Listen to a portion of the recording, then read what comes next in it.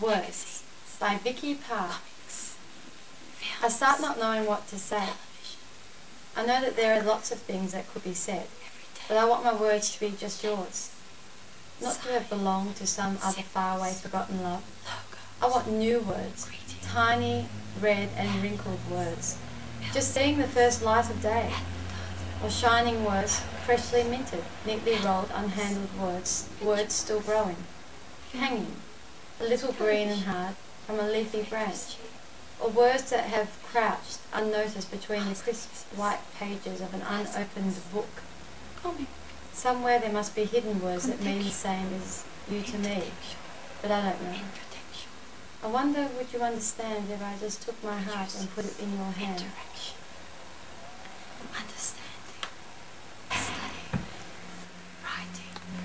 My teacher from Year 1 gave me a bad report for English, and her reason for this is when I used to tell a story at the front of the class, I used to break into my other language. She used to say that I didn't tell the story totally in English, so bilingualism at the time wasn't perceived as positive. Today, I actually love being able to use two languages as a way of actually defining new languages and new expressions. What's interesting, what was once perceived as a negative, to me has been taken on as quite a positive thing.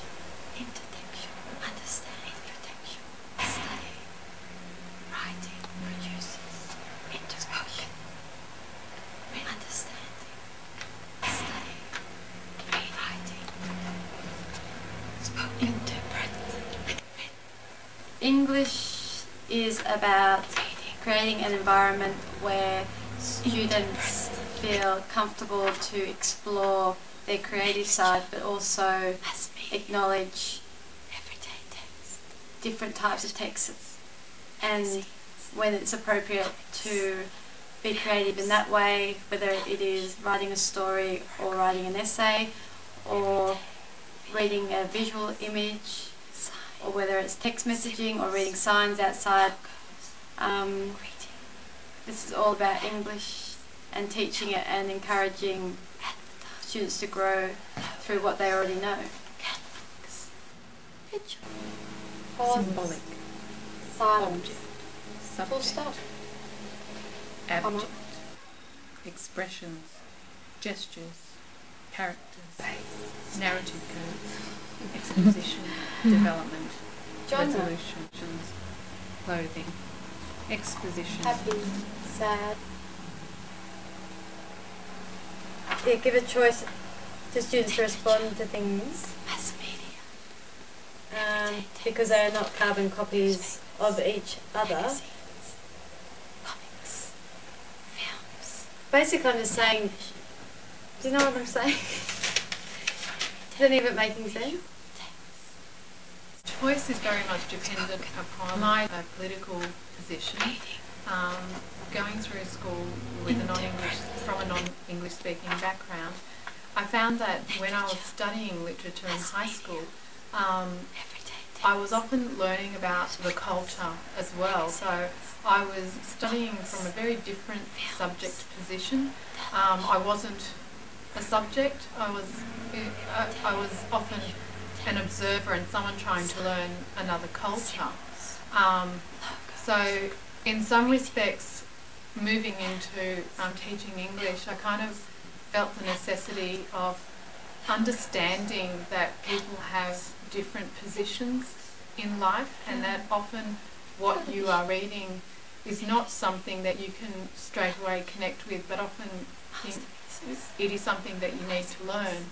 Whereas at other times you can provide literature or experiences that actually cover diverse experiences, and so therefore provide many points of connection to people. I don't know. I don't know. I don't know. I don't know. I don't know. Teaching English to me, and I think the responsibilities as a future English teacher is to keep moving with the times and how language is changing as we change as a culture and the world around us, but while also keeping the essence of traditional English.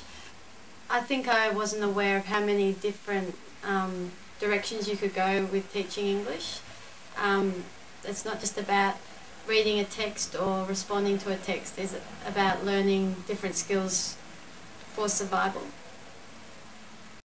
Now, Margaret, when Beatrice doth come, as we do trace this alley up and down, our talk must be only of Benedick. When I do name him, let it be thy part to praise him more than man ever did merit. My talk to thee must be of how Benedick is sick in love with Beatrice. Of this matter is little Cupid's crafty error made, which only wounds by hearsay.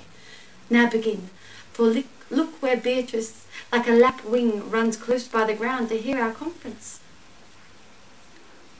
Now I'm just going to get... Just stop that up a bit. Well, I want you to do it again.